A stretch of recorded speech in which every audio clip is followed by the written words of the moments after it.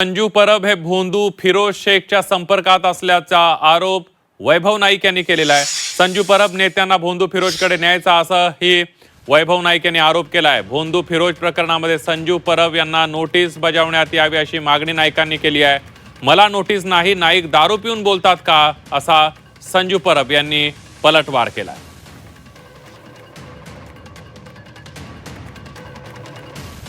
जे सावंतवाडीचे कोळगावचे फिरोज बाबा आहे ते हितेश राऊतच्या प्रकरणामध्ये आरोपी आहे। असं असताना आज शिवसेनेच्या लोकांवर राऊतांवर आरोपित होते।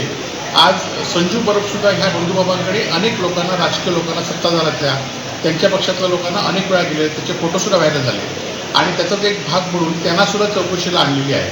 आता त्यांच्यावर काय कारवाई करणार हा आमच्यापर्यंत सत्ताधाऱ्यांना प्रश्न आहे। वैभव नाईक सगळीचकडे एक नोटीस आणि स्वतः एक स्टेटमेंट दिलंय, एक व्हिडिओ केलाय आणि सगळीकडे सांगतो की संजू परबांना फिरोज बाबा संदर्भात नोटीस आली। मला आतापर्यंत कोणत्याही प्रकारची नोटीस मिळालेली नाही। आता ही नोटीस, माझी नोटीस वैभव नाईकाकडे कशी पोहोचली हा सगळ्यात महत्वाचा प्रश्न आहे। का दारू पिऊन बोलतो,